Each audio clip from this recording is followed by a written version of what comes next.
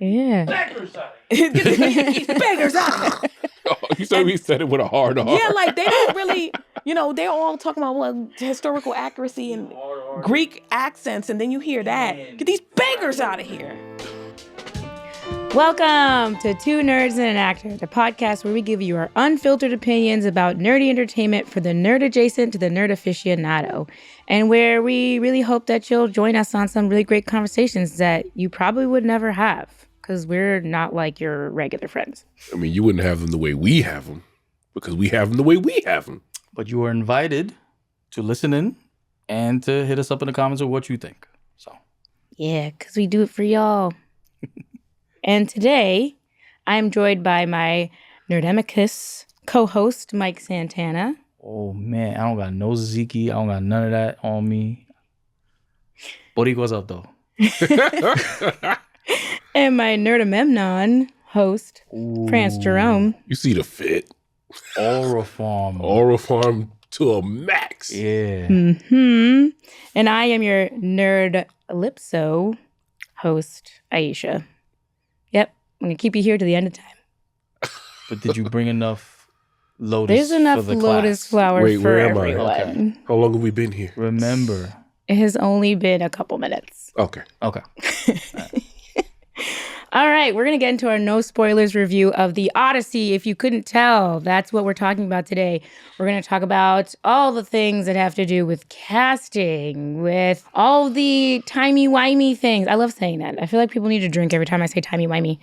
Or Jeremy Bearimy. That's also a time version if you watch The Good Place. Mm. We're going to talk about all those things because it's Christopher Nolan. He doesn't know how to tell a linear story. So stay tuned. And like I said before, we are going to be debating our takes. So if you agree heavy with me, with France, with Mike, come to our Instagram, come to our DMs, watch the whole episode so you can hear the real debates, and then vote which one you think is the take that you most resonate with. Because like we said, we want y'all to be a part of this conversation. Yeah.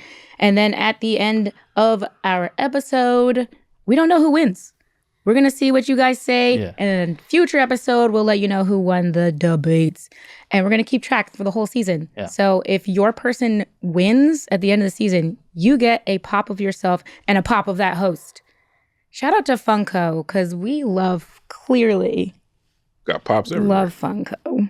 So let's jump into it. Okay, before though, let's tell them what it's about. No spoilers, but in our own language. All right, bet. Hold on. We got France with the Hood translation. Okay. We got Mike with the Everyman translation. Okay. And if you don't know, yes, I was born and raised in the suburbs, so I will give you the suburb translation. Okay. Something for everyone. Okay. Take it away. I bet. So, Mans was chilling at home, but he mad smart, so he had to go fight because the big dude, the general, was like, yo, pop out. It's your time. He said, all right, I'm going to do it my way. I got a plan. The plan go left. Mans goes out to sea. He don't come back for a long time. That's it. Okay. A lot of things happen along the way. A lot of crazy, and then that's it. Okay. That's all I can say without spoiling it. All right. The Odyssey is about a dad who says he has to go out to get the milk. Takes 10 years to do it. Minimum. 10 times 2. Takes a long time. A lot of things happen. Dogs get older. Puerto Ricans go blind. But, you got to do what you got to do to keep the household in order. And a queen sits her seat. And Cedric is a dick. That's my rundown. So for anyone who didn't understand either of those... Why would they? Why would they? The Odyssey is an epic tale about what you would say a mayor or ruler of a town goes out to fight for the war that would end all wars. And along the way, he decides to come back and take the scenic route, I would say, and goes into a lot of trials and tribulations along the way to get back to his family, who is at home in danger of being taken over by a bunch of belligerent fools. And his son is next in line for the throne, but not quite ready yet. So he has to come back to the home and take over his land again. Yeah. Yeah. Yeah. All right. Between all of those things is the Odyssey. Yeah. The real story, which actually in real life, like I studied this. No, I didn't study this, but She was about to like break out a degree. no, I don't. I didn't. But I did watch a YouTube where they were like, nobody actually knows what the real story is because of the burning of the Alexandria. The Library of Alexandria. Yeah, and this is like the only one that actually survived. So you're like, this could like not even be the actual story. That this is a real myth. So. It's one of 8. Yeah. So all of you people out there who are like pissed about casting and that's not how it's told and okay, do you want to go to the rubble of Alexandria and find the real script so you can figure out who really wrote it and what it's really about? Then come find me. Sorry. No, It's very upsetting how people are so purists about something they know nothing about. He's in the studio like, boom. Which is why later on, stay tuned. We have Valerie Complex coming on to talk about with our spoilers review about her expertise in Greek mythology and her takes on the movie. So stay tuned. With that, let's get into our quick takes. Okay, Mike, set it off. No spoilers. What's your take? All right. So, I mean, a lot of people scrambling to get tickets to see this thing, as you should. Spoiler on this, we liked it. But you don't need to see this in the IMAX format. I mean, I know that you're being told that it was shot in that particular way, and it was, and it's a beautiful film. But I would say, after watching it, the narrative carries, and the way that it was shot, honestly, the verticality of some of the scenes and moments, is more about whether or not you will be that affected by seeing a hairline or not. Like it wasn't shot as a tall movie. It was shot more wide, and you get that in any format pretty much. I would say you can watch this film pretty much in any format that you want. I know there's a lot of memes of people watching it on like, Texas Instrument calculators and stuff. No. But what I'm saying is if you don't get that IMAX experience, don't feel so bad. They're very rare, those seats and screens. You can enjoy this film very much so in a regular theater. I'm going to have to go ahead and agree with you there, Cotton. Because I don't think that it would have been enhanced for me in any way. Like that dramatically. Yeah, it would for instance, like Oppenheimer, I kind of agree. Like I saw that at IMAX and I was like, wow, like it did like blow your mind, the kind of, but this, I don't know. I think I was fine with what I saw. I don't think you need to. I'm sure you're going to have a great time anyway. You don't. They did the thing with the mirrors. Because so many of the shots are people just like one talking to you type stuff. Yeah.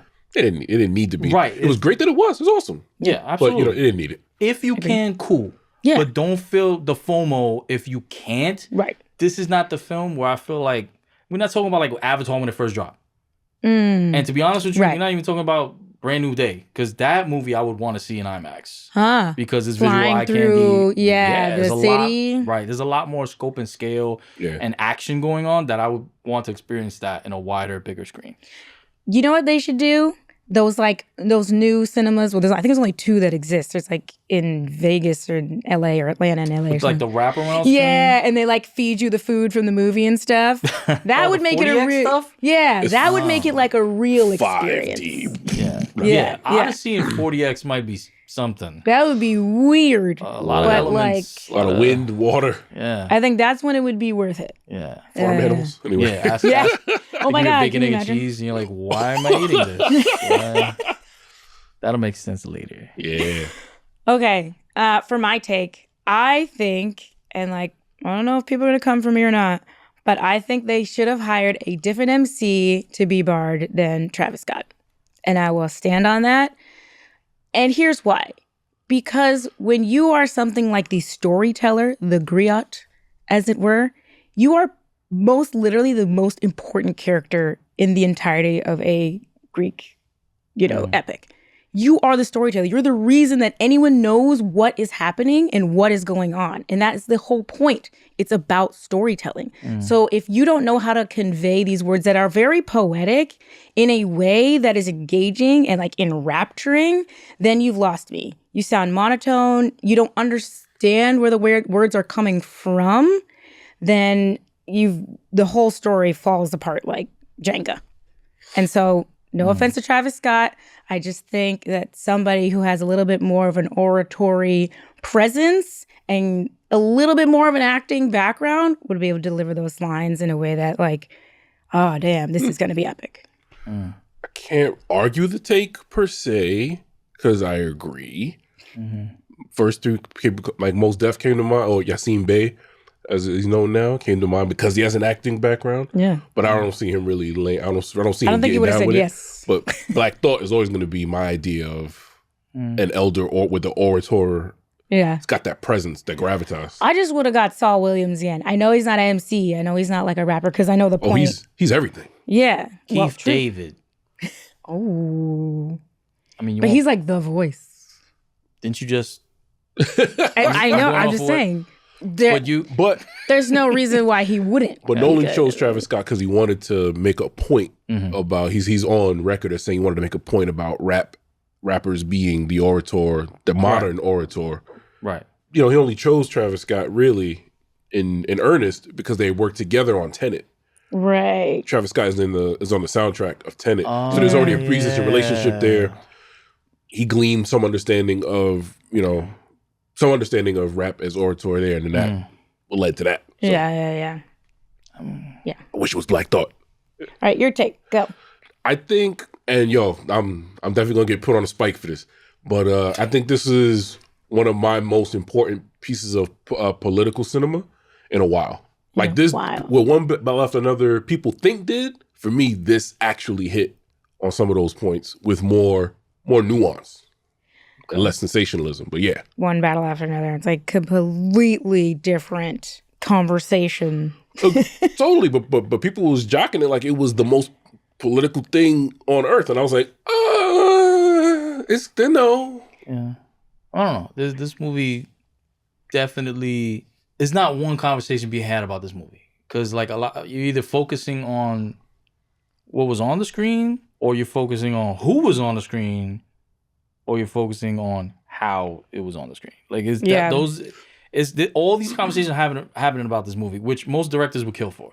Yeah. Yeah. You know what I'm saying? Yeah. A lot of conversation. Yeah, because you can have, like you said, nuanced discussion about it. But to bring this story, one of the oldest stories that we have as a society and civilization, that centers a war at a time when we're at more wars than we've ever been involved in at a given time, it spoke to me in a very way that was very pointed and poignant. Yeah, he was definitely making a point because I think, we'll get into the spoilers about it all. I can't make that point right now, But yeah, I can see what you're saying. I just don't know if I totally agree the most of this current time. I'll walk it through later. Don't worry about it. We'll see who agrees. Basically, if you're going in there thinking you about to see Troy, the movie, Hector, that's not what this is. That's not. That's not what this is. Yeah. If you do Hector, but like mustard, Hector. They could have done that. Ludwig, it was there. It was there for him. It was there. He could have did it. Okay, so we're gonna go ahead and rate it. How many years out of 10 do you give the movie? Damn. How many years? How many years? That's where we're going? How many years? Not even how many funeral shrouds it takes. No. How many years? Because it was 10 years. 10. Yeah, but 10 is... But 10 years. A high score would be good. Is 10 years good? I don't... All right. Was for them, I guess. What? You want to do that? If it's good enough for Odysseus. You want to do... Yo. You know what? You want to do that? What did I give him right off the bat? It was like an 8. It was like an 8. 8.2. Oh, 8.2. I'm going to give it an 8.2. Okay. Not an 8.25. Not an 8.5. It's an 8.2. Okay. Same height as the cannibalistic. 8.2. I'm giving it an 8.2. Wow. Okay. I think that like right after I watched it, I believe I gave it an 8 because like I think other people around us were saying like 7.5 or something like that. Mm-hmm. But I think I give it an 8 because I was engaged the whole time. Mm-hmm. The performances and everything. I had my qualms, so I guess I would like be maybe like a 7.9. I had a couple qualms, and they were like small. It wasn't. Well, I don't know. I'm not gonna say they're small. I'll talk about it later. It's unquantifiable. Yeah. I'm gonna jump out the window with the 9 on this one.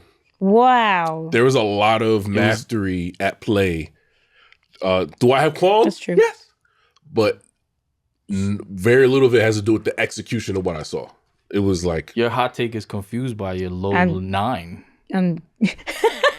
Hey, listen. He said it was the best political film of all time. I love Reign of Fire. That is a terrible film, but I love it. Right. So this is a great film. Yeah. That was the most of something. Yes. But it's not a 10. Correct. It's not even 9 and a qualm. 9 and a qualm. 9.5. You convinced me. I'm using your take. Yeah. We're not doing all that. We're not doing all that. You can't change his mind? 9.5. If that's what he wants to get. You could say like 9.2. He could also say 9.8. He said 9.5. I said 9.5. It's his rating. Okay. Watch as time elapses. Come back to me. Okay, we'll just eat this lotus flower and see how you feel. Where am I? How long have I been here? All right. Well, we're going to head into our spoilers review, chatting it up with Valerie Complex. So I'm going to go get the milk. Yeah. Stay tuned if you have seen the Odyssey. And if you don't care about spoilers, you can also stay tuned. Honestly, it's like 100-year-old story. Yeah, the story's been out for a minute. 3,000 years. So I just feel like you could stick around. Yeah, it's gonna be some. Sand was in it. Amanda Sante was in one. Yeah, Vanessa Williams shot. Vanessa Williams was in there. And you'll just learn something about the Odyssey itself if you haven't seen the movie anyway. So just keep listening. It's really not going to be spoiled for you. Yeah. Word. Before we get into our spoilers review, we want to introduce you to the lovely writer, critic, filmmaker, director, blurred, wonderful nerd that is Valerie Complex. Oh, thank you guys for having me. I haven't seen y'all in a long time. It's good to see your faces. Likewise. In the flesh. Yes. IRL. We outside. We outside. So before we get into it, there is a little special way we warn people of our spoiler section. Right. So, Harlem, by way of the Bronx. What do y'all say? Do y'all? Oh, so First close. Of all, I do love Europe. But when the cops was coming, what did they used to yell? 5-0. Yes, particularly Dipset. They used to go, squale. Oh, okay. So to introduce that our spoilers are on the way, spoile. Spoile. Okay. Yeah. There you go. So Okay. give it to on the count of 3. If you can hit us with one exuberant spoile. Okay. 1, 2, 3. Spoile. Yeah. With guttural. Oh, yes. My heavy metal voice came out. Okay. I don't think we've ever had a spoiler like that, so I'm down. That was great. I'm here for it. Yes. Okay, so if you didn't hear from that guttural spoiler, that is your warning if you have not seen the Odyssey. Again, pause, come back later, see what we say. But like I said, it's not very much spoiler. If you don't know what the Odyssey is by now, You had 3,000 years. I don't know. But we are excited to listen to Valerie because Valerie has said they are a somewhat expert, I want to say, in I don't know Greek if I'm mythology. an expert, but I did a lot of research because I was a huge Hercules and Xena fan. And I was like, what world does this all come from? And then it just sent me down a rabbit hole of learning about Mount Olympus, the gods, the minor gods, the stories. And so I got some knowledge. Okay. So something we want to ask you, what is your nerddom then? I know that's It's a good question. My nerddom, there's a couple of different things. I've been watching a lot of Japanese horror. Oh. J-horror is one of the big ones. I think a lot of my film, inspiration comes from there, which is one thing. And then Greek mythology is another. Yeah. I was telling my girlfriend, I'm like, I'm a huge Greek mythology fan. She was like, okay. Which is most people, aren't super into that. Oh no, I love it. And I have been doing a lot of research on shots, film shots. So I'm nerding out about film shots and the beauty and the technical aspects of certain shots that I particularly like. So that's what I'm nerding out about now. But if you ask me in 30 days, it'll be some other shit because I got ADHD. In true nerd fashion. Yep. You're the perfect person to talk to then. We did good. Well, yeah, because my ADHD causes me to go down a lot of rabbit holes. Understood. And I know a lot of useless facts. Like my sister's like, yo, shut the up. Like I'm trying to work. I don't want to hear about raccoons. He Like, said, "Did you know?" They have digits. so I'm open to anything you gotta All right. throw at me. Okay. So we have we have 3 heavy hitting questions, maybe 4. My first question is looking at Christopher Nolan and how he is, like I said, unable to tell a linear story. He kind of took this and broke it up into these many parts, and like you kind of knowing how the story goes, how do you feel that decision went? Was it something that was detrimental? Do you think it enhanced the story of the Odyssey? It was easy to follow for me, but I do wonder if it was because I know the story and what's going on.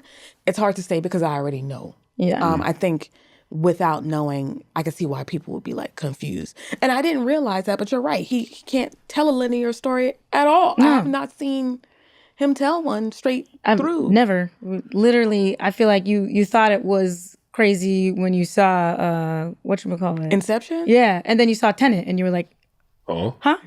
Even further into like not being linear and yeah. It's even crazier. But for somebody who doesn't know, do you think it's detrimental to them? What's interesting about the Odyssey is that it's not told super linearly either. Good point. It starts off with him sort of floating in the ocean, and then he lands upon this island, and he's discovered by this princess called Nausicaa. And she introduces him to her family. He engages in some athletic games, and then he reveals he's Odysseus. And then he starts telling the story. But after that, it's about his time with Calypso, which is like, comes toward the end of the story, but it's also at the beginning because that's where he last was. That's before why he he ended wanted up in to do this movie. Yeah, before he ended up in the ocean. So it lends itself to non-linear storytelling. I just love that he's like playing flag football and doing Greco-Roman wrestling. Yeah. In between all this other stuff. Yep, pretty much. Pickup games. He's like doing pickup games, and he's like, I'm Odysseus. And they're like, oh, that makes perfect sense. And so he tells them, his story. Yeah. So did you enjoy this film the way Christopher Nolan did? I did. I enjoyed it, but, I heard earlier y'all was giving it y'all scores or whatever. I think I'm somewhere between 7.5 and 8 out of 10. Some of the language and the performances were like throwing me off, and it sometimes would take me out of the experience. So that's why I'm like 7.5, 8. Was it also Travis Scott for you? No. Actually, at the end of the movie, what happened to him? He did like another little thing. And then he did before the doors locked? Because then Yeah, I was everybody gonna say, starts did he getting get- killed. Did he get murked or? I doubt it. He wasn't going after homegirl. He wasn't like, He was like, ooh. Right. let me spit game. Yep. He was just like, I tell They're stories. like, lock I'm the out. door. He went out with her. Yep. She was like, Bounce. you can come with me. But then to the other girl, clearly your place is out there. He can come, not you. You see his braids? It wasn't because of Travis Scott. No. I don't want to say because then I'm going to open myself up to other things, and I don't want to. You don't want It's to open all that good. can Days of of worms. arguing on the internet are kind of over. So Ooh, I think ours are just beginning. So tell me my life from the future. Would love to know. Listen, the smoke People detectors come in for here me work. so hard in the comments. I thought that like they're good actors nonetheless, but I just think the way that they were directed was really strange. Like Tom Holland and Robert Pattinson. I just don't understand. When are they ever going to be able to use their British accents? That's one. And two, A lot of people said that. I just thought that they were directed very strangely in a way I didn't quite understand. Okay, I'll say it for you. They were a little like caricature-ish. Yeah, and just kind of empty Yeah, to me. I get what and you're I'm saying. like, they're good actors, so I don't know why they were directed this way. So Shout out to Mike. I think Tom Holland was hired for his knees. He made a point about them prominently showing, but we'll talk about that later. does his knees like make a skull face or something, or do they make like a face? Is that why? I think it made him look like a child. Yes, I it guess led that's to what the they were trying authenticity to be of like. his He's age. a kid. I guess that's what it was. Although he was becoming an adult, so we don't know. right, the perpetual teenager. My question actually, Sanan, the character played by Elliot Page, ends up being like a moral compass for the film. Wasn't in the Odyssey. was actually in Vegas Virgil's Enid, but is here and plays a prominent part. How do you feel about that choice? Given that there was so much, fanfare and hate prior. Yeah, exactly. But yeah. Like, before I answer that, I think just find it interesting, like how the goalpost is always changing. It's like, well, Elliot Page is playing Achilles, not playing Achilles. That's supposed to be Achilles' part. So they're kind of like Achilles, like, no. That I get what people are saying, because when Odysseus does travel to the underworld, he meets many different people, and one of them is Achilles. But I thought for Elliot Page as an actor, it was perfect. And for the character, the way the character was set up, it was like the perfect sort of execution of that character's very small arc. There's no other way to just kind of say it, or, it aided to the story that's actually one of my favorite scenes in the movie, like when Death Valley, pretty much. Yeah. And Batman, Agamemnon, stepping up and just giving full aura. And I don't know, I just thought that scene was very well executed. Yeah. And Elliot Page did a sensational job. With just kind of displaying the cost of war and what it does to people. Yeah. And what it does to the dead. And those that they leave behind, what happens to them. So fuck what everybody else is saying. I love that part. I agree. I feel like that was like a pinnacle moment for me, where I was like, I read the Odyssey in like high school too, so it's been like a long time, but it was one of my favorite. Like Iliad and Odyssey were like one of my favorite sections of school. So like going through and seeing the stories and being like, oh, like as soon as they landed on that island, being that's a witch, like doing that whole thing. But then getting to that moment for me is when it became a movie. Right. I was like, okay, I'm like in it, and this story is like the thread. It's like the thread that's gonna pull us along. Right. And yeah, Elliot Page's performance, I think, was the one that if that hadn't gone so well, it could have all fallen apart. Yeah, it could have wrecked. Yeah. And for everyone who's like saying, oh, it should have been, be quiet. Because did you watch that? Now that you've seen it. Wasn't my favorite part until the end. There's a lot of touch points that come. There are a lot of callbacks throughout the film. And that's Nolan's kind of style. But it wasn't, we don't understand the cost of war until we know Sinan didn't know. Right. And then it's like, oh, it just, it took all, I was just, like, I almost, like I felt it was an emotional reveal. Yeah. And a lot of that is kind of timely because, so I was in the military for 7 years, right? Wow. I was in the Air Force, and you think you know something, and then you get in it and you realize you don't know shit about anything. That's hard. And joining the military as someone who had already graduated college was especially difficult. Wow. And I was like, man, I don't know. The military is teaching me some shit. And I'm seeing things, and I'm seeing people, and I'm seeing what's happening. And I'm like, there's no way, nothing can prepare you for that. So that was a huge reveal. Wow. And emotional for me to see. So thank you for bringing that up. No, that's so real. Because at the end it was like, oh, and being the only one who really got the proper burial and things like that too was just, yeah, I loved it. Number one. Okay, so this is kind of my slightly interesting take. It rubbed me the wrong way when, clearly everyone the wrong way, when everyone's so mad that Lupita was cast as Helen of Troy. And then for Helen of Troy to be, portrayed in this way that it's like, oh yeah, the face that launched 1,000 ships, or actually maybe 500 now. And she's very subservient and this whole thing. It gave me a black nerd problem at the moment. How did it make you feel? People... I don't. It's really hard to answer that question without using tertiary language. People are fucking stupid. And I hate. You know what?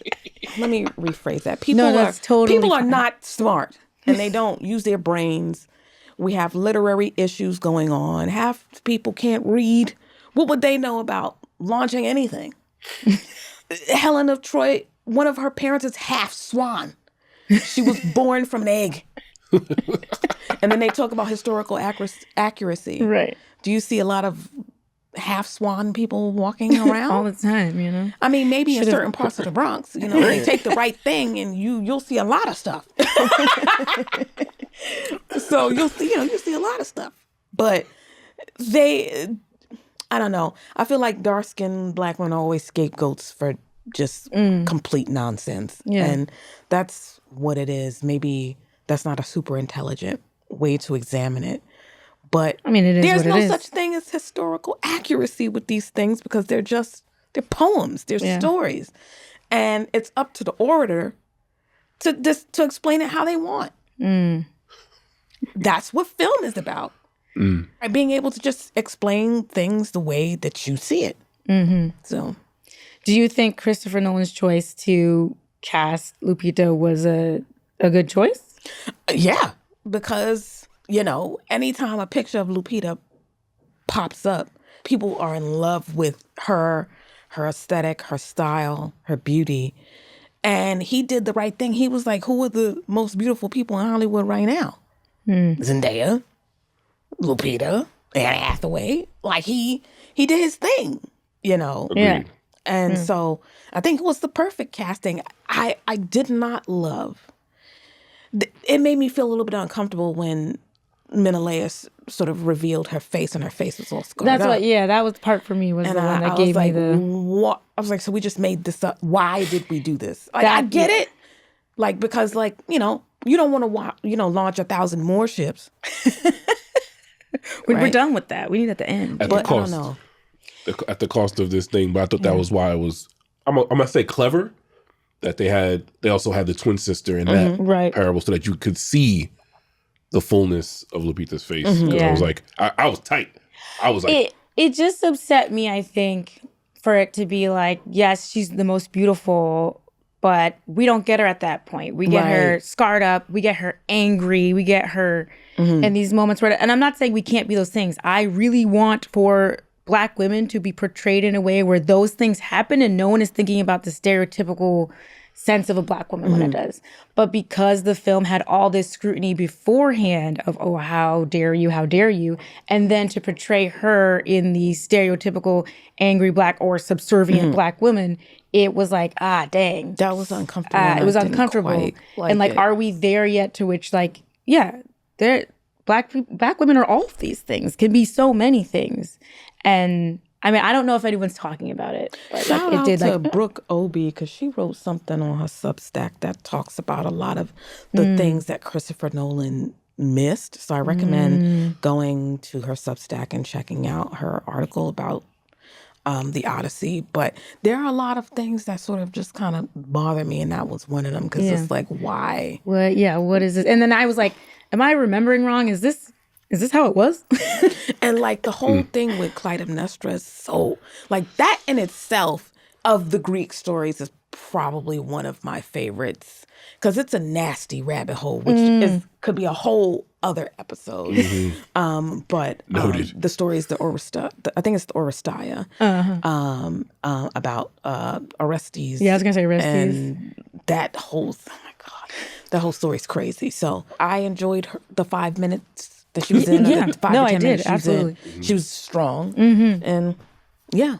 the role that launched 1,000 think pieces. Yeah. I know, right? Someone did that. They put like a thing up saying like all the casting that, all these like kind of right-wing people were upset about. And they're like, this is how much screen time all of those people had. And it was like 5 minutes, 3 minutes, 2 minutes. And they're like, this is what you were mad about? This. No, they're just racist and hate Black people. That's all. Exactly. Like, because I mean, if you're mad about Zendaya, who's like the color of the rug, there's no shade. She's No shade. a biracial, light skinned woman, and they're mad about that. Then it's the At this point, they just want to be mad. And you're like, we just want to live our lives. and we just want to be able to watch content without having to always think about the stuff on the side. Some sort of argument. Yeah, some sort of racial argument. Toni Morrison say that, right? Like racism is such a huge distraction It is. from what you mean to do. Yeah, because she was like, who are you without it. Mm-hmm. Who are you without racism? She was like, there you are all strung out. Because it's like, yeah, what do you do now?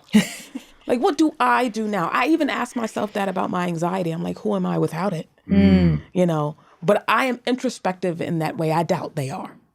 Proof's in the pudding. And, Well, this has been great. To kind of close out, overall, what are your kind of shout out moments that kind of stuck with you? I thought it was really interesting that they made the patron saint of Troy to be Athena, because that wasn't the case. The patron saint of Troy was Apollo. And his sister, I think, Artemis, they were like down for Troy. And Athena would like disguise herself and get into battle and like injure her siblings, Ares, Artemis, Apollo, and just like fight them. So petty. And just like beat people up. And she was hardcore for Greece. So I found that interesting. And I see the parallel he was trying to make. And I don't think he would have been able to make that with a male, you know, because the biggest casualties of war are women. That is the truth. I was watching this video yesterday and she mentioned a quote and it said, when the men arrive, we burn ourselves alive. Because again, women are the biggest sort of casualties of war. So I see why he made the connection. I just didn't. I was like, why not Apollo? Yeah. And the thing with Circe was really, that was like one of my favorite scenes. Yeah. And the very visceral hand molding and making of, that was creepy and just kind of nasty looking. And I really liked the way that was shaped. But I think perhaps my top scenes are the Cyclops Polyphemus. Oh, man, yeah. And inside the Trojan horse. Like, I thought we had never seen anything from the inside of it. And to hear it described is like being, you know, in a military bunker waiting for war. And that is that's how claustrophobic it is. That's what it smells like. That's what and so that was like probably my favorite scene in the movie. I just want to say the funniest thing is that these two, which you can't see, Mike's off camera right now, they both decided to go to the bathroom at that moment. Oh, you could be helped. The body wants what the body wants. They left and I was like, oh, this is so deep. Oh my God. Like, there was plenty when we came back. It was really crazy because the way it was is, of course, it was like buried under the tide. So people drowning. And they were like living in their own piss. And it was trying to like give a straw to the guy to breathe while the water was rising. We've never seen it in that state. We've always been presented it as the gift. And it's always above ground. It's always on all four legs. And it's always like majestic and just gets brownish. Rolled in or whatever. That hit. Yeah. That image hit. And it's a beautiful shot too, the way that it's like sort of zoomed in on, but you see this thing sticking up out of the sand and this chariot coming in. And I just was like, okay, so this is sort of setting the stage for what we're about to see. But there were some perspectives that were kind of like, oh, you know, it doesn't harp on war too much. And, you know, the story of Odysseus is one of hubris. He is an arrogant dude, and that's why he goes through what he goes through. Yeah. But I don't think we always have to say someone is arrogant or to say someone is an asshole to know it. The very idea of building something like that is hubris. The audacity was there. That is hubris in and of itself. The very idea of that. And the very idea to like blind a Cyclops who's doing nothing to you just chilling. Is hubris. He only got the one. Yeah. And so like I think we don't have to always point things out. And I think that speaks to the literacy. You know, the misunderstanding of subtext and reading between the lines. You shouldn't have to be spoon-fed that somebody's arrogant or whatever. I see you and raise you. This film is literally Oppenheimer. Yeah. It's just told. It's the same story almost told in a completely on the opposite side of the linear cycle. It's like, I didn't know the horse was going to be a bomb to kill people. Right. But Christopher Nolan tends to make films about tragic white dudes who feel sorry Yeah. and want to take accountability, but don't have the chance to because all the people are dead by the time by the time they decide they want to take accountability. Everyone's gone. So Historical accuracy. Yeah, But it's yeah. still accurate. yeah, It's a little late. I think those are all my thoughts on Yeah. Odyssey. Do I want to see it again? No, I just don't. I want to move on to something else. But I do think like I enjoyed what I saw. I saw it on IMAX. Oh, you saw it in the Yeah, IMAX? and Do you think you needed to see it in IMAX? no. Well, yeah, actually, I will say yes. Actually, but I went to a press, press screening for it. So You're like, I had to see it in IMAX. yeah, but I went to see it. There was like IMAX and 70 millimeter. So you saw it in the 70 millimeter too? No, I just saw it in IMAX. Oh, you just in IMAX. I saw Sinners in 70 Yeah, I millimeter. did too. It was amazing. Which is, honestly. yeah, I think I saw that in every format that presented Me too. itself. Yeah, that was Every format. every angle, every Texas little, Instruments. But yeah, those are sort of my thoughts on the Odyssey. My hot take is that the casting was distracting. We already talked about that. The least distracting casting Was was Elliot. I agree. 100%. I was Yeah. like, Because when I see Zendaya, every time I see Zendaya, Yeah. that's Zendaya. She did a good job though. Yeah. No, we're talking about Zendaya. yeah. was trying. Yo, you tried. It's important. Zendaya is both the noun, the adjective. Fact. The brand. That's fact. Yeah. That is Yeah. true. But I see she's distracted. Lupita, for everything you said, Yeah. distracted. That's Lupita. You know what I'm saying? Every time I said, that's why I said it felt like the best Definitely community theater Tom. project of all time. Because he got all the cool people from the block to be in this thing that everybody knows. And when they go on there, I felt like there was an audience applause. Like, every time they came out, Right, right? because it was like you have these people who are the milkshake, and his movie is The Yard, right?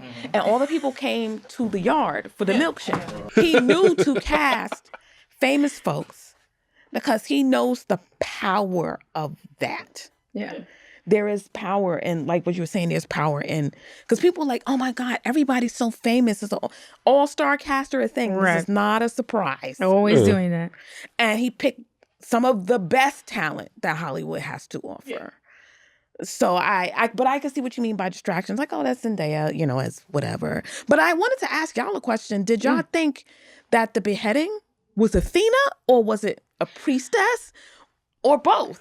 I thought it was they beheaded a priestess, but it wouldn't matter because if you a priestess of a goddess, that's like the That direct is, yeah. line. Yeah, I think thought that's Zeus's law, it was Athena in the form of a priestess. That's what I That's what I thought think. too. That's what I thought too. Which is Yeah. why it was. I thought it was a violation, no matter the interpretation. It was like, oh, y'all got hell to pay now. Yeah. Yeah. That's what I Because felt. it's like you said, Zeus's law, and it's like a violation of the gods. Right. They had laws too, and when you break them, everybody has to Everybody pay. suffers. Yeah. And so Let's do sort Nah, them I don't out. think you did. I don't think you paid enough. and I mean, Zeus essentially was the one that stopped Odysseus's sort of. He's the reason why he ended up on that island. And then those people took him to Ithaca. Right. But Athena went to Zeus and was like, you got to rescue him from Calypso. And, the 1995 movie with Armand Desante. And look, at that time, Vanessa Williams was pressure, okay?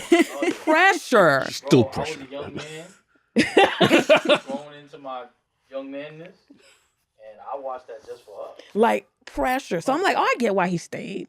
But Hermes was like, if you don't let him go, we're going to send you and your island to hell. Mm-hmm. And you see that in the movie when he's with Calypso, you hear the lightning and the thunder. Right. And that's Oh, Zeus yeah. like, hurry up, bitch. Like, let him go. Like, and she's Time's like, up. yeah, you got to stop eating this. You got to go. You got to go. Because it's like, Calypso doesn't have the power Yeah. that, of course, Zeus or Athena would have. Yeah. So she has to let him go. Yeah. My biggest issue is Agamemnon is in Hades in his armor, all reforming. When he died butt ass. I understand everybody else. And just like the wackest death, Agamemnon is the I know. wackest person. Nobody he got cares who I exactly what was. I put on the armor. he Yeah, got they gave exactly him what he deserved. so much. Yeah, but I was like, if they made like a, medieval, like a Greek Batman thing, I think this is perfect. Yeah. For that, They should consider that. Sounds like a good one. Yeah, so I'm sorry. I could talk about this No. all No, day that was long. great. Yeah. I could talk about this all day long. But thank y'all for having me on. It's so good to see y'all. Yeah. Get these beggars out. You said we said it with a hard R. Yeah, they don't really, they're all talking about historical accuracy and Greek accents, and then you hear that. Get these beggars out of here. I don't know if in this movie the casting serves the story or serves the message. I feel like it serves the message more than the story. Agreed. I agree with that. I think that's a really good observation, that it serves the story, but the message. Yeah. No, the other way around. The It serves the it serves the more. Message, yeah. But it doesn't serve the story. Okay, you're right. The story is the vehicle in this one. Yeah, like the story is OD. very much diminished. It's layered. Yeah, The but casting is the vehicle for but the. Christopher which is the Nolan's message. films are all message and Yeah. For sure. very but little story. but rarely is the casting like The part that takes you out. True. Yeah. Okay. Yeah. I mean, they gave him the 'Cause, yeah, bread. Because even in, Tenet, Cedric Diggory shows up. but he's the secondary character. Exactly. To a lesser But it's not. known- But it's Is not he the second? distracting. I wasn't Nah. like, oh look. I was just like, oh snap, he's in this. You could take like a bingo card to the Odyssey and be like, okay, check off. Yeah. Type- No, Bernthal's when I the one who was. took me out. Oh, because Who? you didn't know. John Bernthal's the only one Bernthal? who takes me. He was the only one that took you out? John You Bernthal literally- is the Punisher and everything. Yes. I guess. John Bernthal is John Bernthal In He's everything. Shane. He's never Wait, been time And I out. need to be clear that he's not Italian. The man is not Italian. No. he Everyone wears the thinks same he's boots. Italian. He's not. He's He's not even Jewish. wearing- Yeah. Isn't that He's crazy? wearing the same Punisher I boots. thought he was okay in that movie with Will Smith and about Serena and Venus Williams. Oh, King Richard. Yeah. King people, Richard. people- Oh, he was I okay. kept forgetting he was in that. To the point where I was like, is he going to get nominated for that? Because I thought he was quite good. Yeah. But I think it's a lot about direction. I think sometimes actors, and that's the other thing, to your point, it's like when the actors are doing things, are you afraid to direct them because they're so famous? You just let them do whatever? It was I don't think he has that problem. no I think his narrative. I think his storytelling is so strong. People actors bow to him right. up front. They do. Yeah. But I think it's also his disconnect to current Right, he don't got media fuffle. and like popular lens because he doesn't have a phone. He's not on social media. He doesn't even like really use like a computer or anything like that. So I think when he's casting those people, right? He's like, I want you to be Athena. I want you to be this person. So I don't know if his directing is like, put more to it, or I think he really does want them to just be. I want him to stop writing. I want him to Word. stop because His brother writes. Yeah. Yo, Let his brother write. I think he's a great director.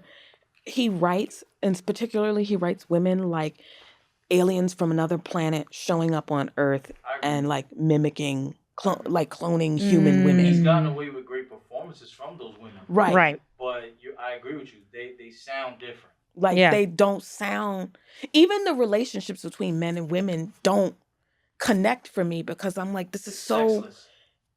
it's His version. His There's version. no It's not even- romance, there's no Huh. chemistry. it's very clinical. Yeah. Right? That's what I'm saying. Yeah. Like you were saying, like sexless, but there's not even chemistry. There's no appeal. What I'm Yeah. saying, Everybody Yeah. can't do everything. There's nothing there. But that's his. body. that must I be know his how vision he has of the sex. I know. There's That's nothing why the only there. linear shit he do. Right. That right There's there. a beginning, middle, and end of that. There's nothing there because that sex scene in Oppenheimer was torture, Oh, people. and I was like, why is everyone so staged? And Like, look who he had. Florence Right. The Pugh. two of them. if you Yeah. let- I seen Peaky Crazy. Blinders. yeah, And I seen Florence. You would have let them rock. It would have been fine. I know, right? Yeah. I was in the cut shit. He was, yeah. we gotta. So I'm wrap it up sorry. I here. know I'm taking. No, up, I'm no, taking up this a was lot of great. time. This It was good really stuff. good. I It was really enjoyed good. our conversation. Thank know. you. It I was enjoyed fabulous. it too. I appreciate y'all having me on. I am open to being on again and again. Just Yes, let me know. please.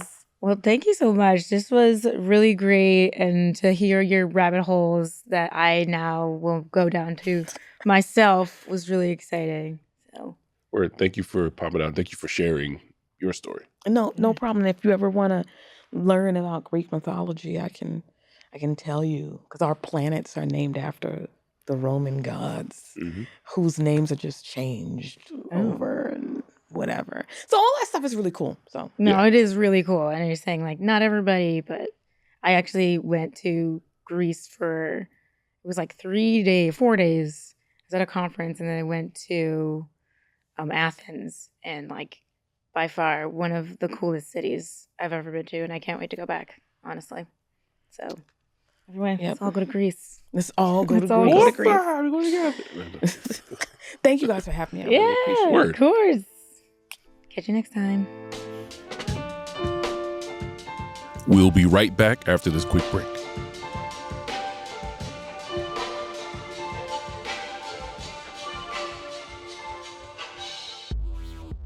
All right.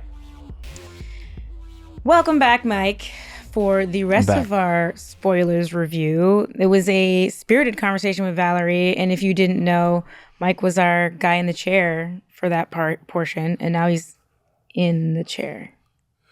Guy in the chair. He's just in a chair now. I'm Welcome just a back. guy in chairs. In chairs. So we're going to do our quick debates on our takes of the Odyssey, because I think you heard a lot of what we felt initially, overview of it. So let's hit it off. Let's start with Mike. Yeah, start with Mike. Okay. Yeah. So my hot take for the spoiler portion is that the casting in this movie was distracting, but not in a way that made the movie like unwatchable. I loved it based on my rating. I mean, it was above an 8 for me, and I'm recommending that you go watch this movie. Don't let the distracting casting lead you astray. Right. But it really felt like this was a community theater project that Nolan put together with all the cool people he knows from the block, and they went there. And when you see them on the screen, starting with Travis Scott, it's like I found myself in my head saying, oh, that's so-and-so. Oh, that's so-and-so. It was less so that they were playing the characters. It was more like they were them, in this like play. And I don't know if the casting was done in service of the story or if it was done in service of the message. It felt like it was more done in service of the message, which France touched upon a little bit earlier. But, it was distracting. Yeah. Now, the hate, not cool. Yeah. Not warranted. Well, it was clearly distracting for them too. Yeah. No, but in a different way. Like the stuff going at Elliot Page and everything. Yeah. If anything, in my opinion, the least distracting casting was Elliot Page. Because the way that Elliot handled the role and the significance that the character played in the story actually hit. Yeah. That was the bowstring. Like that tied everything together.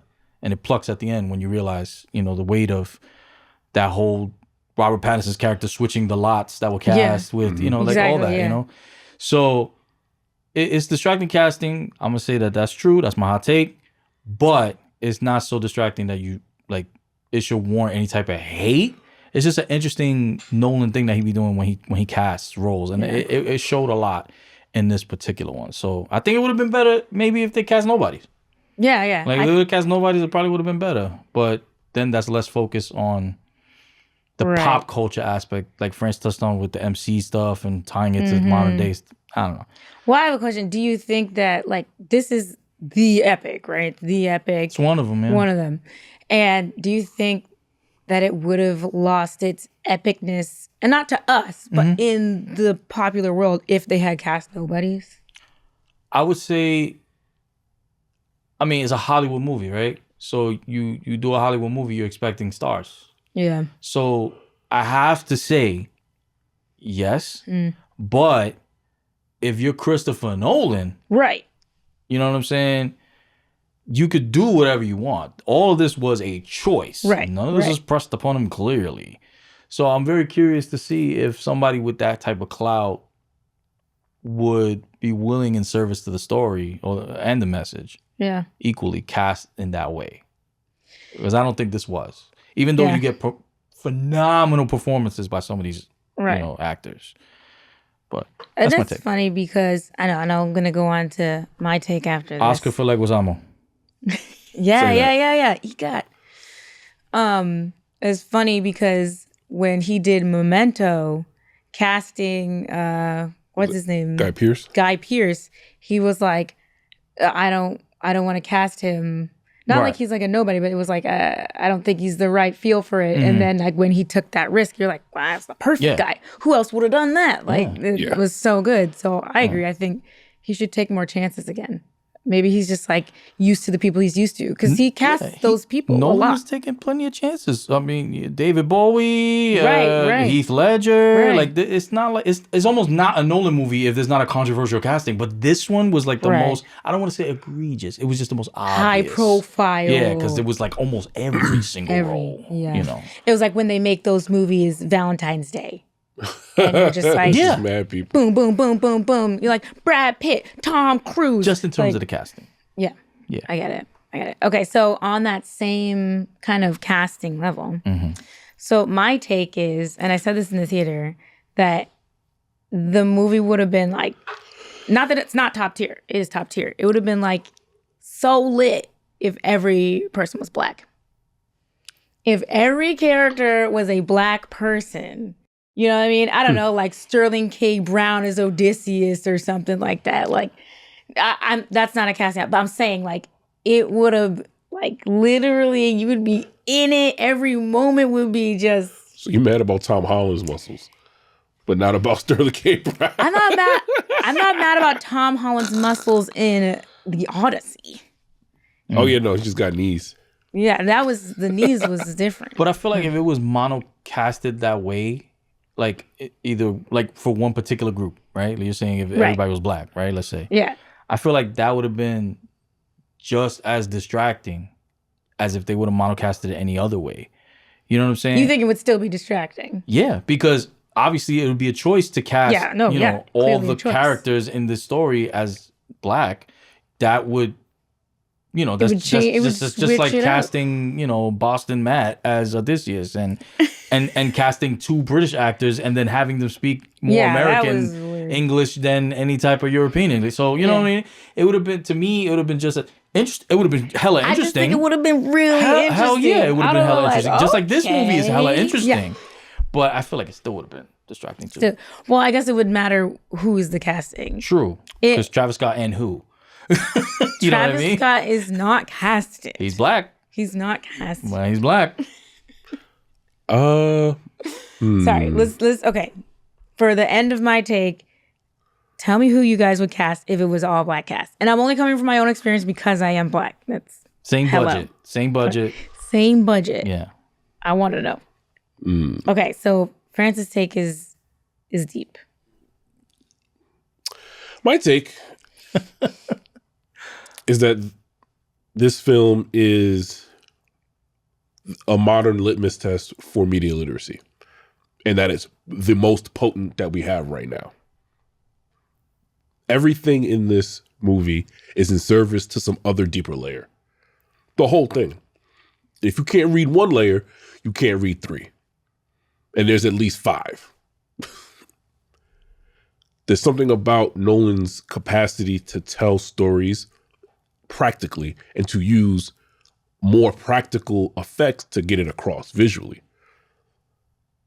And Guillermo del Toro was just talking recently about how the comprehension of visual language is suffering because literacy is suffering.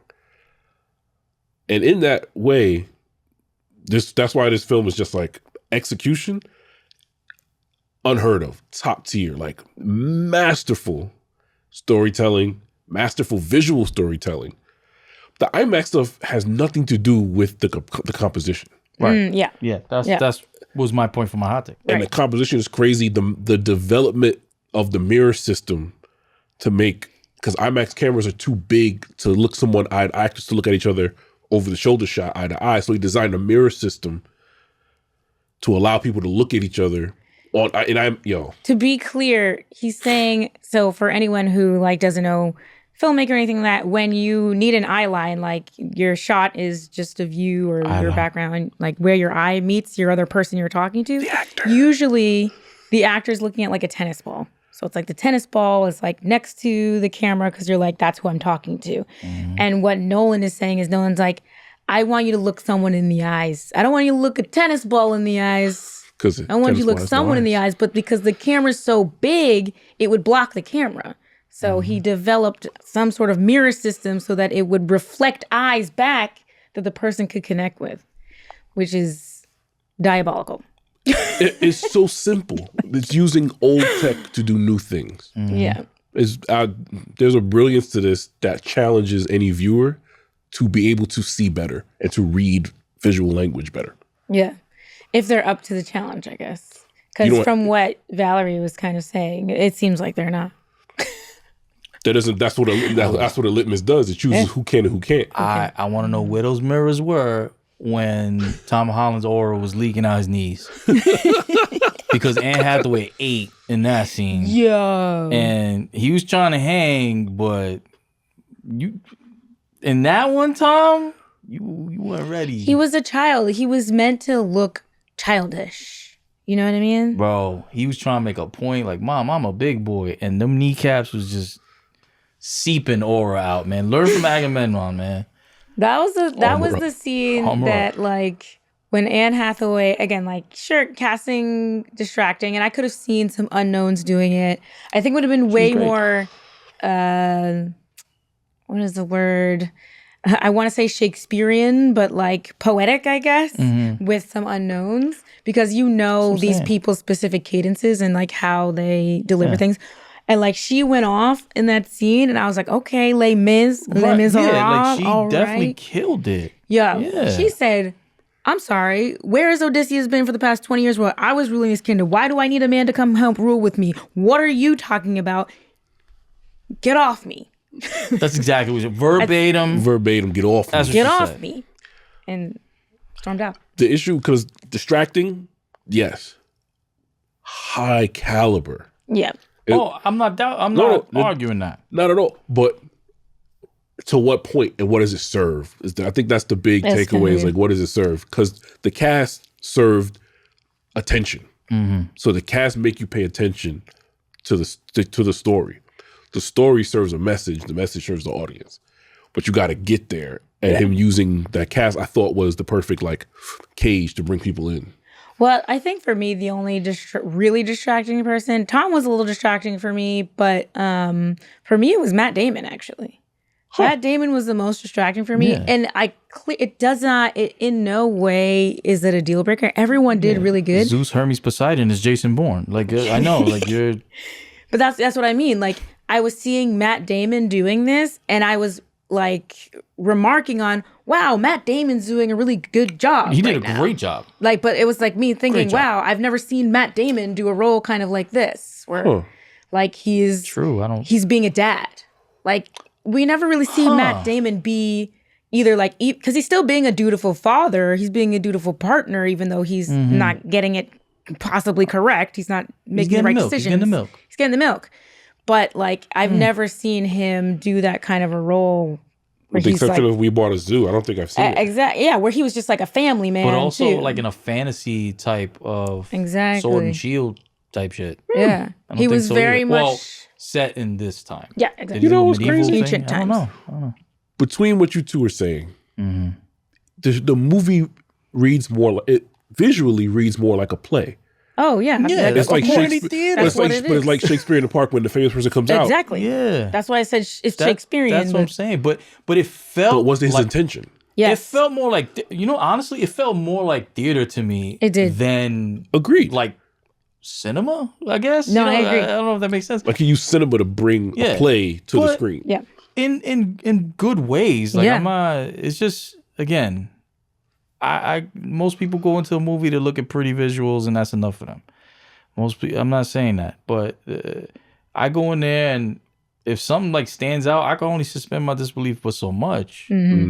So there was definitely a filter over it of me seeing the actors more than the characters. Yeah, but they did a great job. You know who was the least distracting? Elliot Page.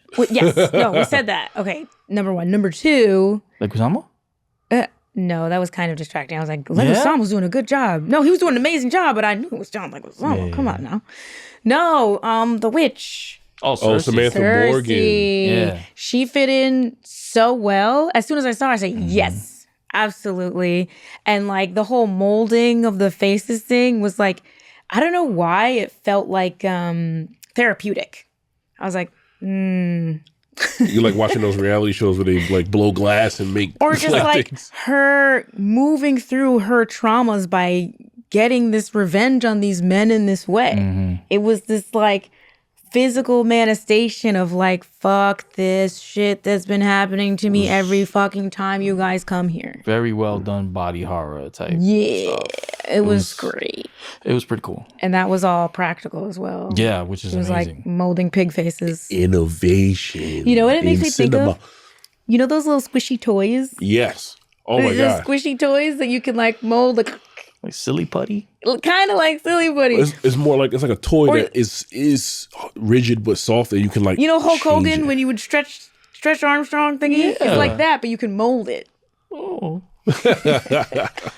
She was molding from the inside. She said, Yeah, that was a great scene. That whole scene was cool. You know, Yeah. having the jungle cats and stuff. With those were probably like their Odysseuses. The other Yeah. groups, you know. They're like, Captains. damn. Yeah, their leaders or whatever. It was, that scene was really cool. The Hades scene was probably my favorite though. Where me too. Talking community That of the dead effect type is- thing. Yeah, Yeah. Again, was practical. that hit heavy. Yeah, Yeah. it did. You know, I like that. I think that was the moment too that I realized how much Odysseus was terrible. Because you were seeing it more and more like, yeah, he's like, all right, guys, we're going to take a left instead of a right. Yeah. Or, hey, let's stop here. There'll be food. And then like mad people are getting And eaten. when they asked him about it, he said, I follow Agamemnon long enough. He said some Right. shit like that. Right. I'm like, fuck you mean? Go home. Go home. So when like that, it turned like an eye to him, like finally you were like, yeah, man, you fucking up. Like, you really fucking up. I love this idea of Odysseus is his hubris and his arrogance is not just in action; it's an idea. Like his ideas come from an arrogance or a hubris, which creates no matter how good he means to be or what he tries to do, it can only go wrong. Yeah. I was just like, ugh, it hit. And like if you don't, not if you don't listen to the gods, but like for people who just like want to take even also more of a message out of like that personally, if you don't like listen to kind of like the powers that be, it's just going to end up way worse than you think. Higher power, not powers that be. Yeah, that's what I mean. Yeah, higher power. Whatever the energies are telling you what you should be doing in life, whatever those are, The universe. you got to listen to them. The universe. Because they were like, hey, everyone's going to die but you. Like, wake up. Like, and you had to be like, he kept trying to ignore it. Yeah. And he want to complain about the gods not speaking plainly. You're the smartest guy in the room. Oof. You understand what they're saying. You just don't want to listen. It sounded pretty, difference. exactly. It sounded pretty plain Yeah, to me. and you want to make it seem like you being a noble hunter and all this shit when Exactly. you pluck your bow to make that noise. You just flexing. Yeah. That whole shit is a flex. Look at how your 100%. wife reacts to it. You know what you're doing?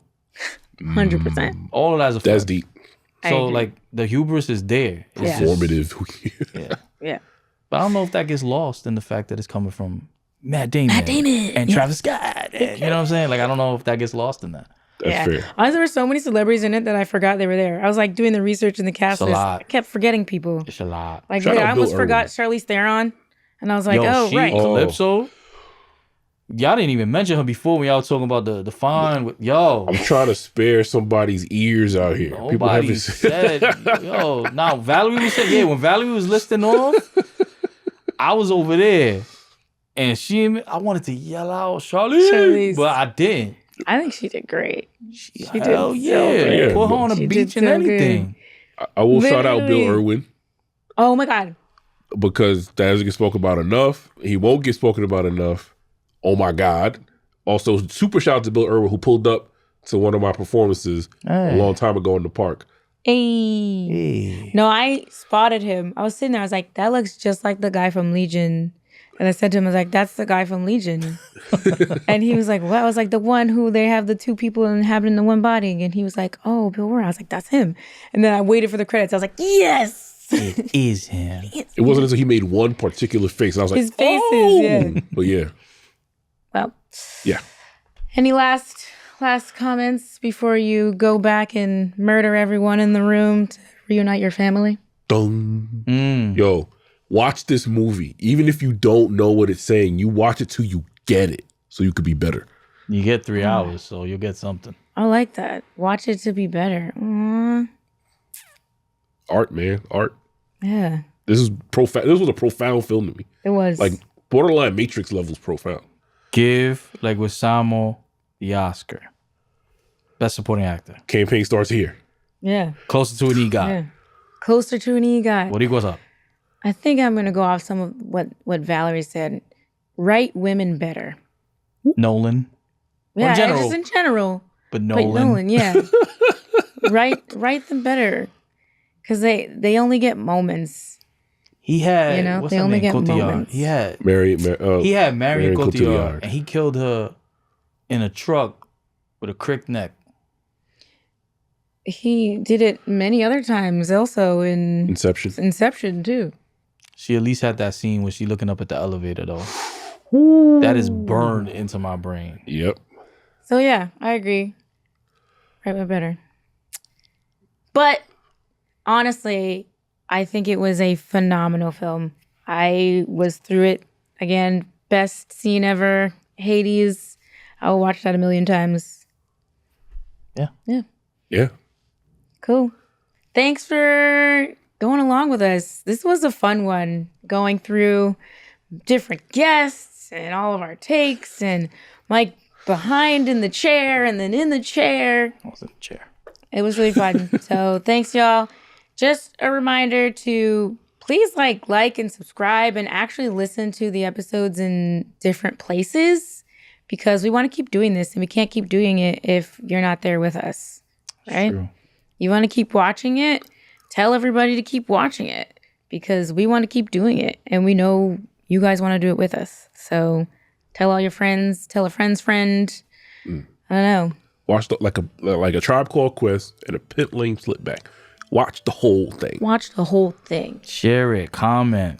We in the comments active. Yeah. We love in there you. responding, blocking. Yeah, talking. Show High us key. love.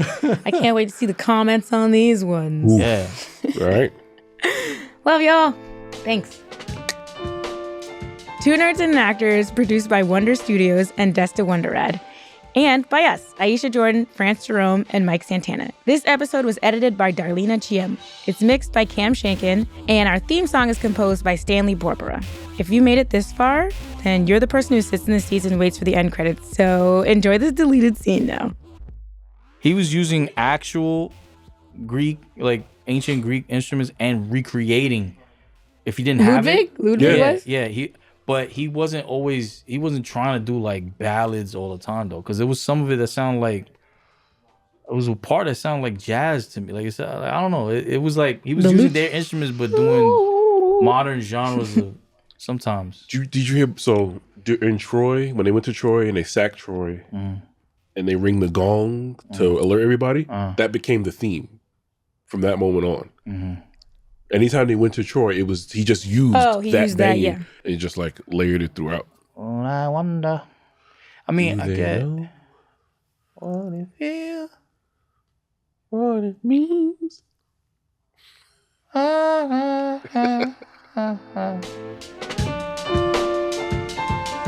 Yay, I did it. It only took me 1,000,000 times.